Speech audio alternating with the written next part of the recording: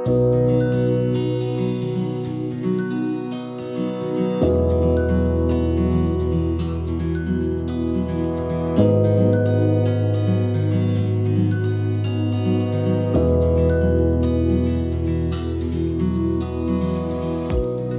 welkom by hierdie formosiereis. So in hierdie Kersseisoen tydens Advent staan ons stil by van die gebeure en stories wat ons lei na die Jesuskind toe.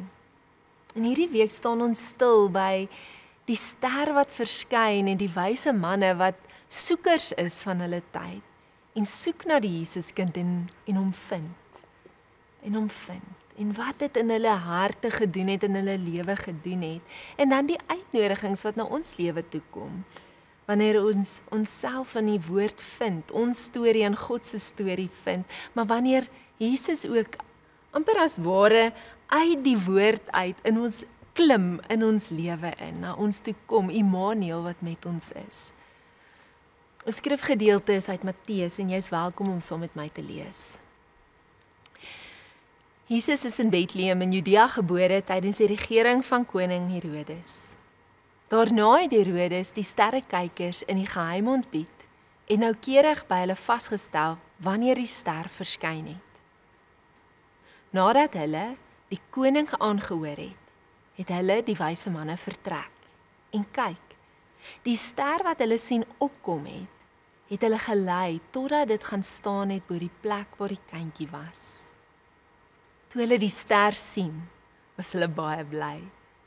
Hulle het in die huis ingegaan en die kykie saam met Maria, sy moeder, gesien, en hulle het gekniel en aan hom hulde bewys. Daarna het hulle reissakke oopgemaak en vir hom geskenke uitgehaal van goud, wierook en mirre.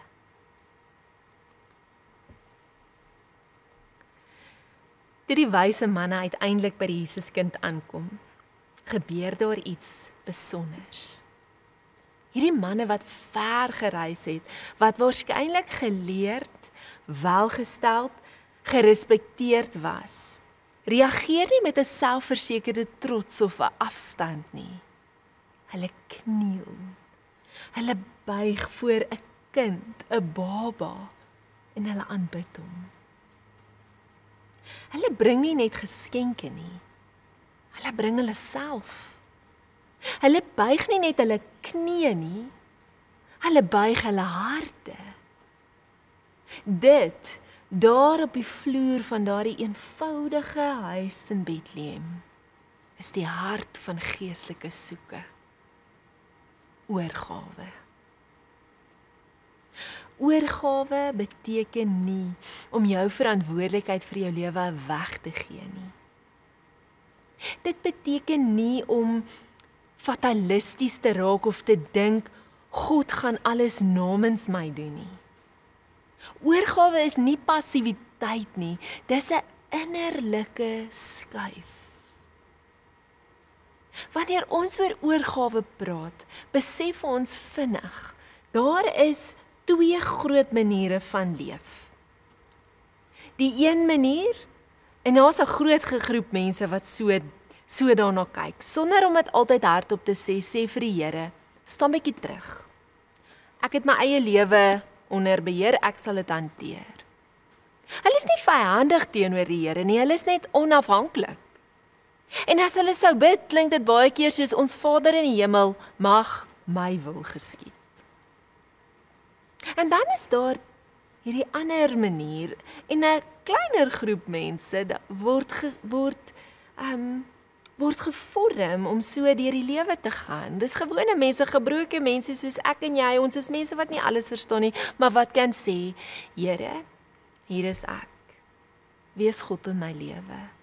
Wees die Here van my lewe. Heers oor my. Ek wil ophou stoot en trek. Ek wil beweeg van wilskrag na gewilligheid, 'n bereidwilligheid. U wil nie, my wil nie. En dit help my om te onthou. Oorgawe is nie 'n eenmalige groot oomblik nie. Dit is nie iets wat jy op 'n konferensie of in 'n emosionele ervaring een keer doen en dan is dit klaar nie. Nee, Oorgawe is 'n daaglikse oefening. Dis 'n ritme, dis 'n praktyk. Ek meen ek kan my lewe 6:00 in die oggend met oorgawe begin en 7:00 weer styf vasgryp wanneer die dag se spanning op my skouers val.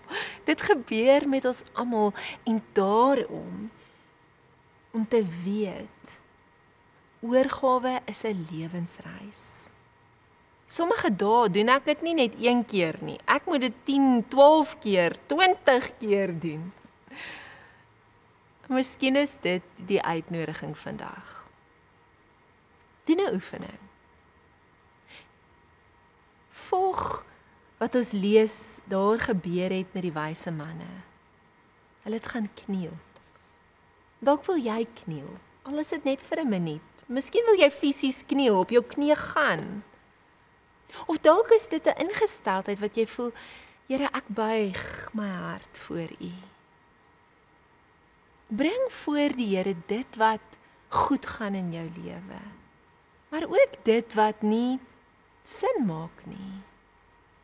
Bring jou offers. Ons het dalk nie goud of mirre nie, maar ek het hoop.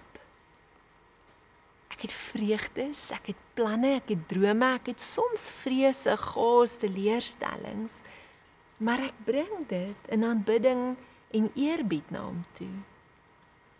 Want dit is in hierdie oomblikke van oorgawe dat ek begin ontdek, God is hier, God is werklik, God is lewend.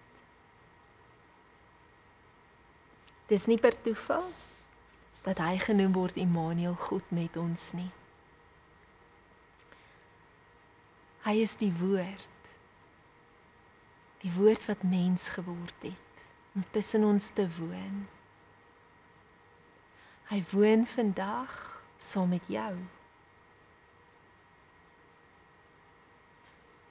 Heilige Gees, ons vra in die interaksies en oomblikke van ons lewe vandag, waar ons genooi word om oor te gee, dat U ons harte sal help buig, kniel voor U. Wys ons waar ons beheer in ons eie hande wil neem. En dan om die moed te hê om ons hande weer oop te maak en aan U oor te gee en te offer. Want U is God. U heers. U is ons redder. En ons aanbid U, Here. U is Jesus. Amen.